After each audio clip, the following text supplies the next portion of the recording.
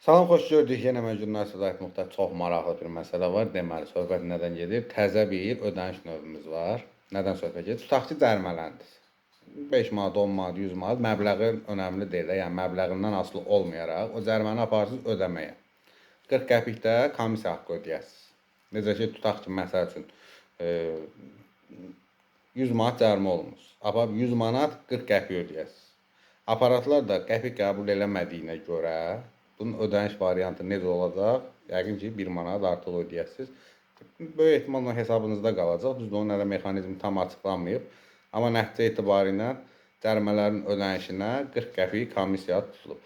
Bir məsələ yadıma düşdü. Əvvəllər mən indicəklərdə o qalır yoxsa yox. Bu dəftərə salmaq məsələsi var idi. 40 qəpik alırdılar ki, arayış alanda eləyəndə nömrələyib dəftərə qeyd edirdilər və 40 qəpik alırdılar.